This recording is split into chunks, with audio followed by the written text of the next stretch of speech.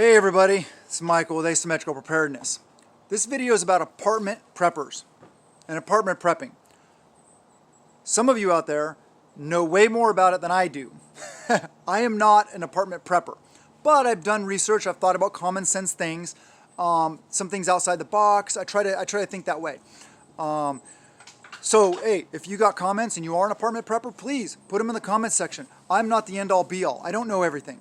Okay, I'm just here to motivate you guys and get you guys thinking, get the creative juices flowing, get the motivation factor going, and have you guys thinking outside the box and just thinking and preparing. So apartment prepping, and first off, thank you guys for being here. I really appreciate all your support, comments, thumbs up, sharing videos, all the stuff. You guys are awesome. And don't worry about the slow channel growth. I know it sucks because it's a motivating factor for me. It's the fact, like when I see, the membership, the subscribership going up and stuff like that, it helps me stay motivated to know that, yeah, I'm reaching people. But we'll get there. We'll keep plugging away. Anyway, apartment preppers, biggest concerns, space, number one, right? And security, because you're around other people. So security and space are the two things that come to my mind first. So you gotta use your imagination. It's all about ingenuity. Somebody I saw made a comment on one of the videos about where they put their preps. This person, I think it was a woman, she actually somehow removed the upholstery on her couch, put preps down inside of her couch, and then sewed it back up. Wow, I had never thought about that. That was pretty hardcore. That's pretty cool though, good idea. You got to use your imagination when you're in small spaces. Another thing is have a bug out plan, because apartment is not a sustainable place to be. You got to have a plan to get out of there. Hopefully have a bug out location or 2 or 3 or 10 and routes to get there, all this stuff like that. But small steps. Yeah, locations, routes, vehicles, all that is associated with bugging out. Have escape routes. Get out of Dodge routes. How are you going to get out of the city? If you're in an apartment, obviously you're in a town, city, whatever you want to call it. And like I said, it's not going to be sustainable. So have ways to get out of there. Identify routes out. And it depends on what you have. Do you have a vehicle? Do you have a bicycle? What do you have? Just your 2 feet? Some situations are better than others, obviously. But be creative with storage options. Is a big one. You got to be creative when you're living in an apartment. One of my favorite ones is, instead of having a bed frame and stuff like that, take your preps, put them in those big, the black totes with the yellow lids, and stack them all in the same size as your mattress. Maybe throw a piece of plywood over it, throw your box spring, your mattress down, or throw your mattress down, whatever, and use that as your bed. That's a lot of storage space under your bed. So that's a really good one. Also, you can, if you have a corner of a room that's not being used, stack up a bunch of boxes, put your lamp on top of it, we'll first cover it with some kind of tapestry or a quilt or something that makes it look nice, that covers up the fact that there's a bunch of boxes there, or maybe even build a little frame around it that's wood, that's hollow on the inside, so you can stack up all your preps in there and put your lamp there for your lamp stand. Or just, there's a lot of different ways you can do it like that. Also, over things. Like a lot of people at kitchen cabinets have space over top of them. We'll stack all your stuff up there if you want to, cover it up with something to block it off so it's not visible. So it still looks nice, so your apartment doesn't look trashed. And this applies for people in houses also. Space is always a concern. Let me see. Oh, storage. Maybe have a storage unit en route to your bug out location. Or a couple storage units, small units. That's an option for people that are limited on space. Friends' houses, also. Caches, also. All these different things. For water takes up a lot of room, a lot of weight, right? They make those big bladders, they fit in bathtubs that you fill up. So maybe whenever you have a situation where you think things are going bad, you can throw that in there, fill it up, and have it ready, hopefully in advance of losing water. Also tarps for rainwater collection. If you have some kind of way to string it outside your window or something like that, or off your porch, if you have something like that, a veranda, whatever, and then collect some rainwater coming in. That may be an option, I don't know. Or if you're in an apartment building, maybe you can go up to the roof and set up something. And maybe you can work with your the people that own the apartment complex or something.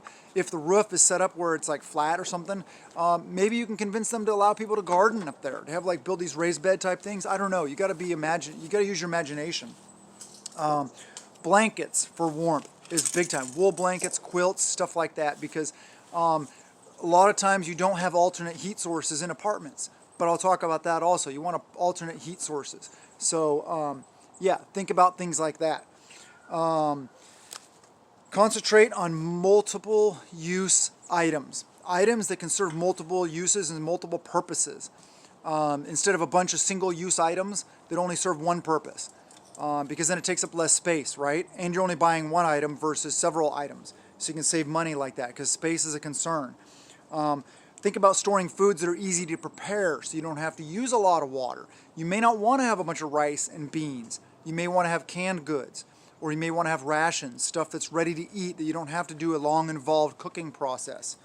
Also, in an apartment complex, be conscious of OPSEC. You don't want to be sitting there carrying bags of rice and beans and wheat and corn and stuff like that in and out of your apartment, or gun cases and all this stuff like that. So be imaginative. Carry it in a guitar case, or don't label your boxes. I don't know, cat food, or old clothes or something like that, and carry it in, just so people don't know what you're doing. In an apartment, because you're around more people, be doing a constant threat assessment of your AO, your area of operations. What threats are out there? Is there gang activity? Are there riots? Are there looters? Are there, what's out there? Pedophiles, sex offenders, registries, criminal activity. Talk to the local law enforcement. Become their friend. Talk to them. See what's going on. Get the feel of what's around you. Constant threat assessment. That's part of your head being on a swivel. Always paying attention to what's around you and what's going on around you. Intelligence is vital. Security, doors, windows. There's different things you can do to secure doors and windows. There's wedges, there's bars, there's all different kinds of things. And for windows, there's films that you can put on that are, some sort of ballistic protection. There's a lot of different things you can do. Also, plan for the disposal of waste. Poo. What are you going to do with it? Have a lot of trash bags, those big black trash bags, a bucket with one of those camp toilet lids on it. You can use that, because if you're in an apartment, you're going to be attached to sewage. Sewage may be backed up. Have a way to secure that toilet also, so that it doesn't back up all over your house. And that could be much like removing the toilet, blocking it off with some kind of block and clamp or something. I don't know. I don't really worry about that because I'm on a septic.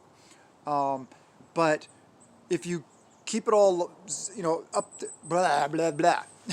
If you keep it all like bagged up, when after you go, you bag it up, you can easily throw it out the window or get rid of it somehow. Have alternate sources of cooking and or boiling water, whether it's a little camp stove, whatever different options you have. Those little trioxylene heaters, there's all different kinds of options. Look at camping options and stuff like that. Just be careful when you're using it indoors. Make sure you're not using something that's going to create toxic fumes for you and be negative for your health. And the biggest thing, like I said, is head on a swivel. Always keep your head on a swivel. If you're in an urban environment, there's a lot of threats out there. There's not a lot of threats out there, except for maybe Mick Dodge is hanging out over there, or Zombie Sasquatch is down there. Yeah, the thing about Mick Dodge, it was a program, I think Discovery Channel. It's a dude that lived over in the Olympics, totally off grid, is living in the mountains, and I don't know if that was really real or not. It seemed kind of fake to me. But yeah, I had somebody alluded to the fact that they saw Mick Dodge in the background in one of my videos. So shout out to you for that idea. That was kind of funny. Made me smile. Anyway, yeah, prep a little bit a day, prep at a peace of mind out of fear. And don't fear. If you are an apartment dweller, there's a lot of things you can do.